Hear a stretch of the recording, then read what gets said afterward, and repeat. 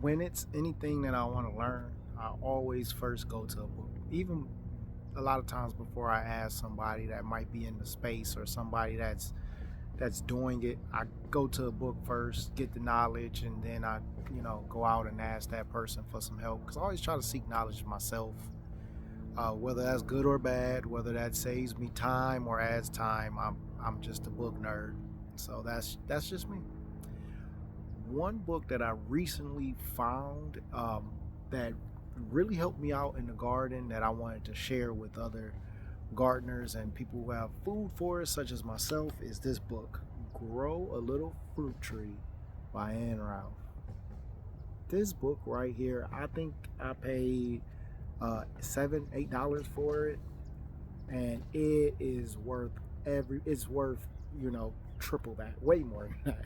This book is worth every single dollar. The reason why I say that is one of the hardest things to do when you have a food forest is pruning, at least in my opinion. You get the tree, you plant your tree, and you let your tree grow, and it's natural that we all want to have fruit. That's the reason why we plant the tree.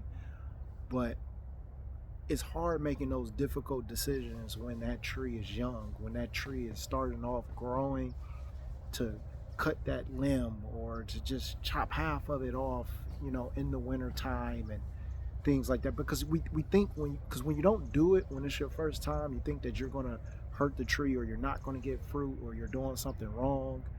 And that can give you a lot of anxiety making that first. Yeah. I know it did for me with a lot of our trees. And you find yourself going on YouTube, and who's to say when you're on YouTube watching somebody prune a tree that they're doing it right? So you can use their example, and they could be doing it wrong. And I know for me, with a lot of my trees, I would go on YouTube and I would type in how to prune, fill in the blank tree, because we've had trees just get way out of control, and I just wanted that reassurance to make sure that I was right.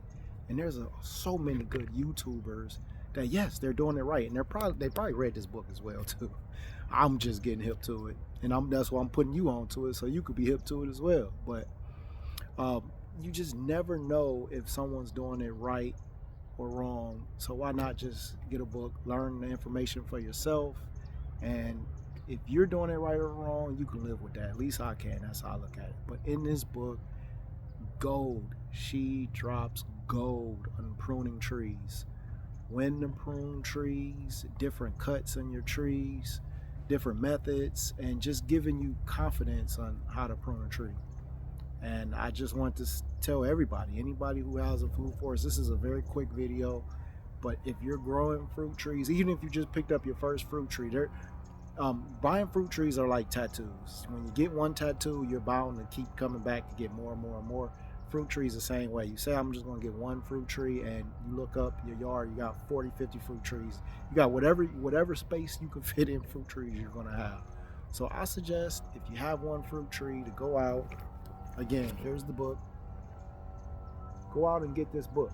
Just read it. It's going to give you a lot of information. It's going to make you feel more comfortable pruning your trees, and ultimately you're going to have healthier trees. Because one thing that I also wanted some information on is spacing the trees. A lot of people want you, or they'll tell you that you need to space your trees 15 feet apart, 20 feet apart, and I get that for a lot of them. We have some trees now that naturally like to be big or grow big, like our mango trees.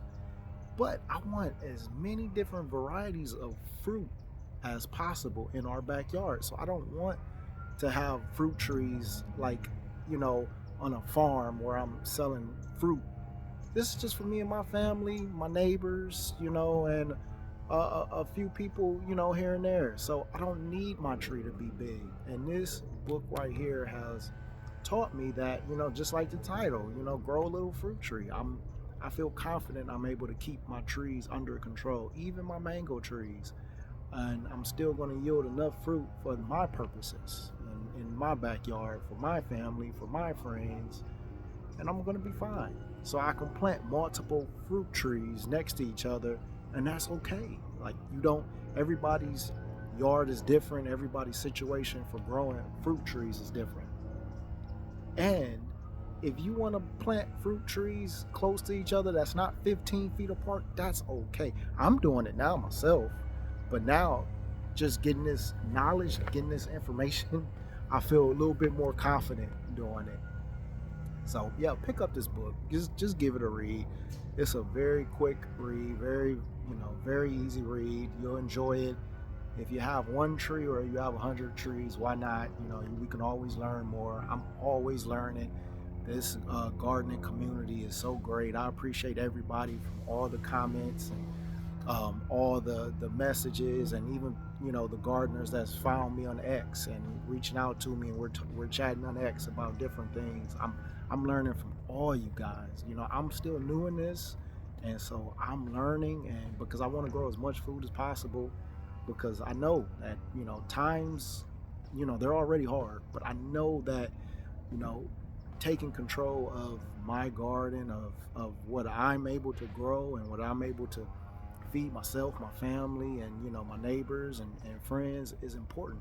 And I don't know what's going to happen in the future, but I know that I have the space now to grow, and I'm going to grow. So I appreciate all of you guys for just taking me under your wing and just giving me all the information so I can keep growing. And I'm going to drop all the information that I learned. I'm going to pass on to you guys and everyone who watch, so we all have a nice big community of gardeners, so we can all grow some delicious food. And just maybe if we all grow enough food in our backyard, these stores will start dropping the prices. If we all stop having to go to these stores to buy food, they'll stop selling the price for these fruits and vegetables, marking them up so high, and maybe we can get all organic. If they see we want organic because we're growing it, maybe one day in the future we'll go to the store and it gets back to how it was years ago.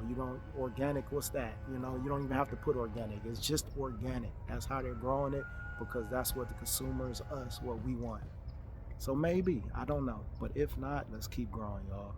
So till next time, thank you for watching, and keep growing.